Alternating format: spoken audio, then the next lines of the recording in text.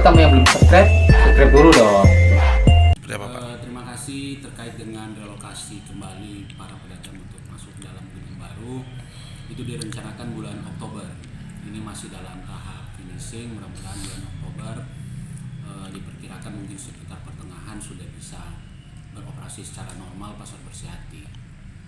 Dan kita berharap masyarakat, para pedagang bisa mendukung ini proses relokasinya sesuai dengan apa yang kita harapkan, yakni dilakukan secara baik dan secara teratur, tidak ada lagi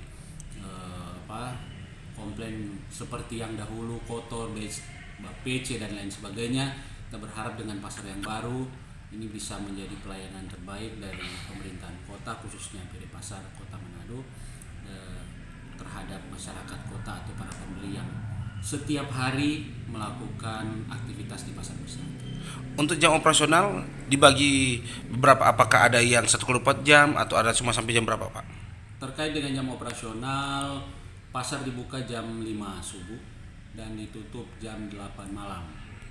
Jadi memang kita batasi jam operasionalnya sehingga bisa lebih teratur dan masyarakat juga di jam belanja juga bisa lebih maksimal.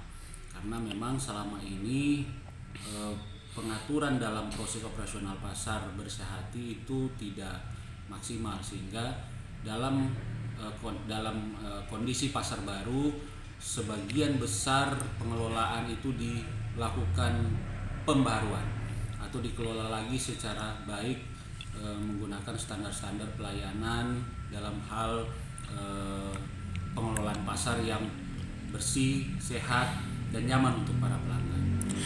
Itu apakah seluruh pedagang atau kalau rupa seperti jualan ikan itu apakah mengikuti semua jam sampai jam 8 atau? Ya, terkait dengan sektor-sektor jualan, jam 8 itu sudah ditutup operasional pasar. Kemudian proses loading barang dibongkar muat di dalam itu prosesnya dari jam 9 sampai jam 12. Jam 12 pasar aktivitas di dalam kawasan pasar Bersihati Hebat itu ditutup dan dibuka lagi pada jam 5 subuh. Oke, jadi jam 9 malam bongkar muat ya. Bongkar muatnya jam 9 sampai dengan jam 12. Oke. Satu lagi, Pak. Jika ada lapak yang diperjualbelikan, sanksinya seperti apa, Pak, kepada pedagang tersebut?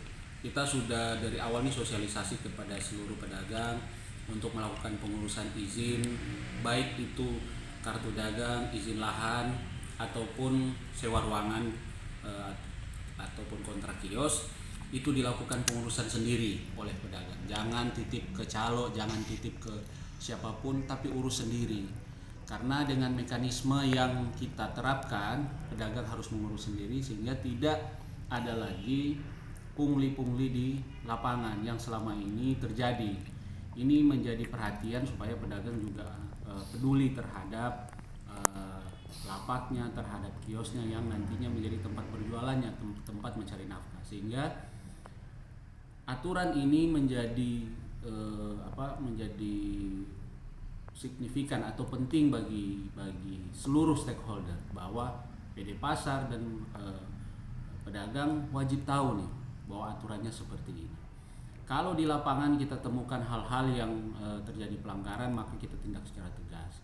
Sebelumnya memang sudah beberapa karyawan yang kita rumahkan terkait dengan beberapa pelanggaran, dan ada beberapa juga yang kita sudah mutasi, pindah bagian, sudah memberikan surat peringatan, sehingga ini menjadi efek jera ke karyawan bahwa dalam menjalankan tugas, jalankan saja tugas sebagaimana tugas pokok dan fungsi sebagai karyawan, sehingga manfaat dari apa yang mereka lakukan selama ini bisa berdampak baik pada keluarganya.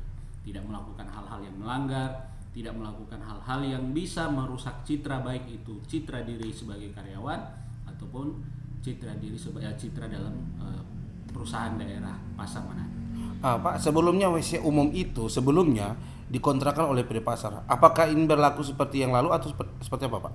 Kalau terkait dengan WC umum, kita ada beberapa fasilitas pasar yang memang kita sediakan, termasuk WC umum atau toilet.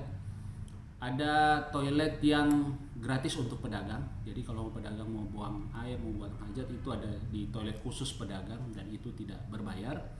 Sedangkan ada toilet-toilet lain itu berbayar dan itu di bawah pengelolaan langsung dari pasar.